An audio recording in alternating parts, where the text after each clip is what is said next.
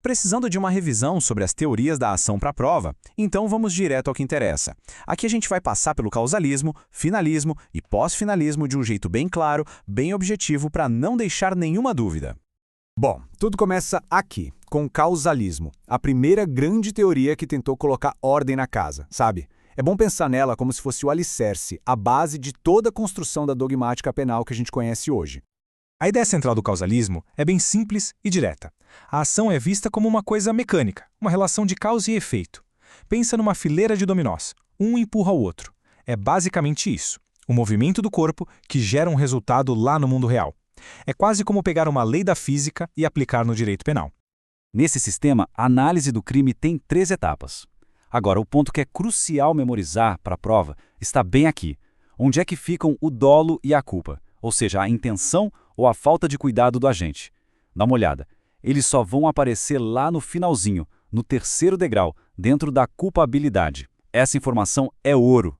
E é aqui que mora o grande problema do causalismo, aquele ponto que o examinador adora. Ao jogar a análise da intenção lá para o fim, o sistema meio que ignora o motor da ação humana. É como analisar um disparo de arma de fogo sem nem perguntar se a pessoa queria acertar o alvo. A vontade acaba virando um detalhe, e não o ponto de partida. O resumo da ópera do causalismo é ação é movimento. A intenção a gente vê depois. E foi justamente essa falha que abriu a porta para a próxima grande teoria. Poxa, se a intenção é tão importante, por que não olhar para ela desde o começo? É exatamente isso que o finalismo vai propor. A resposta para essa pergunta é, basicamente, o coração do finalismo. Para essa teoria, a ação humana não é um movimento cego, tipo uma pedra rolando morro abaixo. Não, ela sempre tem um propósito, uma finalidade. E essa pequena mudança de perspectiva, ela muda tudo na análise do crime. E este quadro resume perfeitamente a revolução do finalismo. Olha que virada de chave. Lembra que o dolo e a culpa estavam lá no fim da fila, na culpabilidade?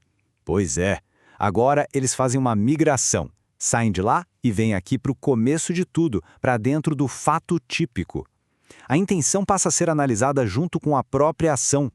A lógica aqui é a seguinte: se toda ação humana tem um objetivo, tem um propósito, a análise do crime tem que começar por aí. Simples assim. Não dá mais para separar o movimento da intenção por trás dele. No finalismo, os dois são um pacote só, analisados juntos desde o primeiro momento. E olha só como a estrutura do crime muda completamente. Com dolo e culpa, agora no fato típico, o que sobra para a culpabilidade? Ela se esvazia daquela análise psicológica e vira um puro juízo de reprovação. A pergunta muda. Passa a ser: a sociedade pode reprovar essa pessoa por essa atitude? Ela tinha como agir de outro jeito?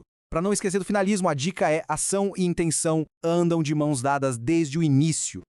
Mas é claro que a evolução não parou por aí. Veio uma nova onda de pensamento, o pós-finalismo, que foi um passo além e fez uma pergunta fundamental. Tudo bem, a ação tem uma finalidade, mas qual é a finalidade do próprio direito penal?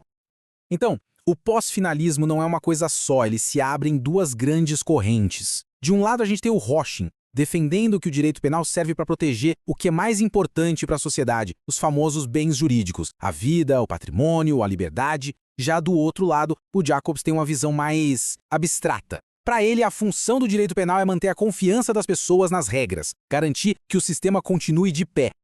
A grande sacada do pós-finalismo é que ele traz a política criminal para dentro da teoria do crime. E com isso aparecem ferramentas novas, como a famosa imputação objetiva. Agora, não basta saber se a ação causou o resultado.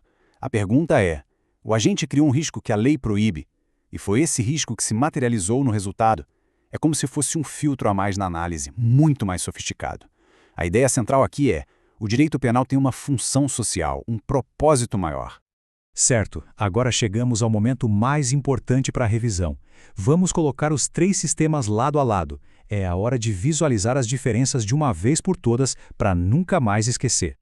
Esse quadro aqui é um mapa do tesouro para estudar. É uma boa hora para pausar, tirar um print, anotar. Repara como o conceito de conduta evolui. De um simples movimento corporal, passa a ser uma ação com finalidade e depois uma conduta analisada pela sua função. E claro, o mais importante, a jornada do dolo e da culpa, que saem da culpabilidade e se fixam no fato típico. É a evolução do pensamento penal em uma única imagem. Bora testar o que a gente viu? Vamos passar por algumas perguntas clássicas de prova e concurso sobre esse tema. Vamos lá. Primeira pergunta, talvez a mais clássica de todas: onde o dolo está localizado no sistema finalista? A resposta certa é no fato típico. É bom lembrar que essa é a grande revolução, a grande mudança de paradigma que o finalismo trouxe. Próxima pergunta. Qual sistema incorpora a teoria da imputação objetiva? Exato. Essa é uma criação do pós-finalismo, muito associada ao Klaus Hoxen, e serve para analisar a relação entre a conduta e o resultado de um jeito muito mais completo. Essa aqui é daquelas polêmicas. Qual sistema fala em direito penal do inimigo? Isso mesmo. Esse conceito tão controverso é do Gunther Jacobs, uma peça central da visão dele sobre o pós-finalismo e sistêmico. E para a gente fechar a revisão, fica uma reflexão.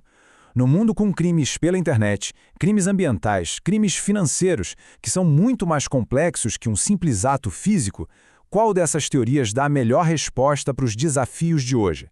Será que o causalismo ainda tem algum espaço? Ou o futuro está numa mistura de todas essas ideias? Uma coisa é certa, a evolução do direito como a gente viu aqui nunca para.